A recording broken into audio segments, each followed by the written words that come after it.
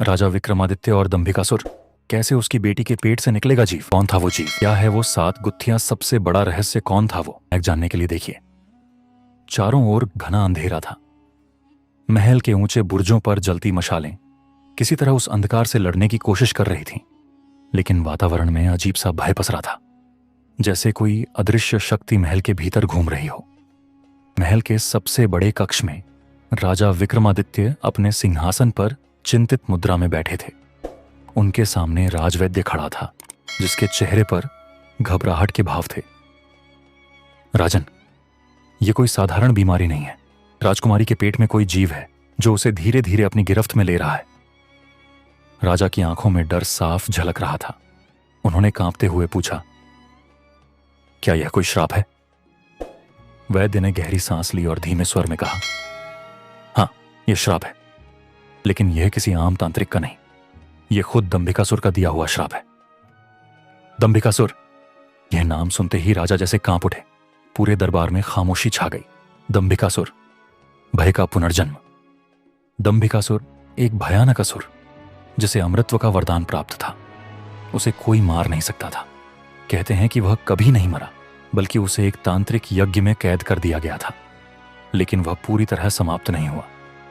वह अब भी जीवित था और अब वह लौट आया था। लेकिन इस बार उसने सीधा हमला नहीं किया था। उसने एक अलग रास्ता चुना था, राजकुमारी के माध्यम से वापस लौटने का। राजा उठे और महल के उस गुप्त कक्ष की ओर बढ़े जहां उनकी बेटी कैद थी। कमरा ठंडा और अंधकारमय था।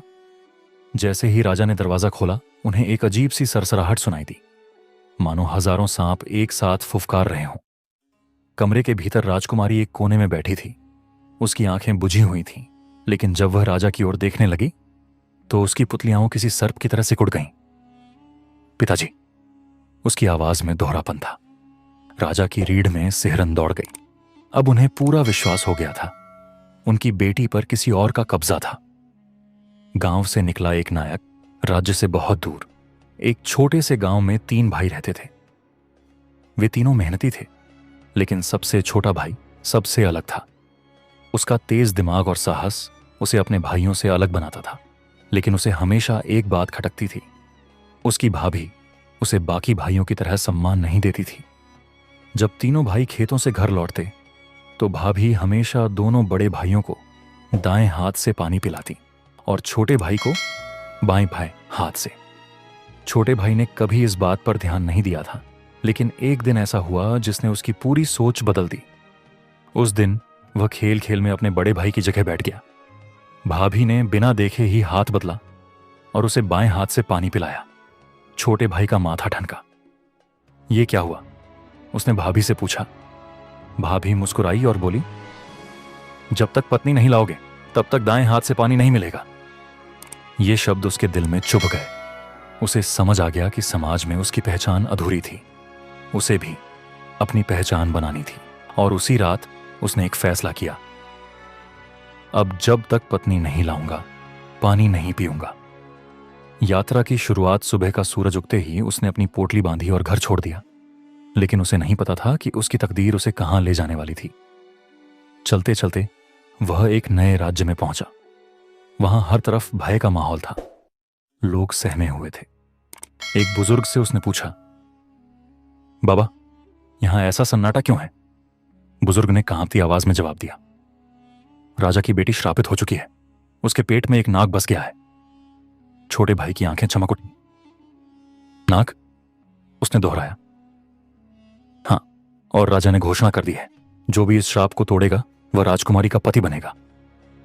छोटे भाई ने अपने भीतर उमड़ते साहस को महसूस किया। क्या यह नियति थी? क्या यह वही पल था जिसके लिए वह घर से निकला था? उसे नहीं पता था कि आगे कौन से रहस्य छुपे हैं, लेकिन उसे इतना यकीन था कि उसकी तकदीर उसे किसी बड़े उद्देश्य की ओर ले जा रही थी।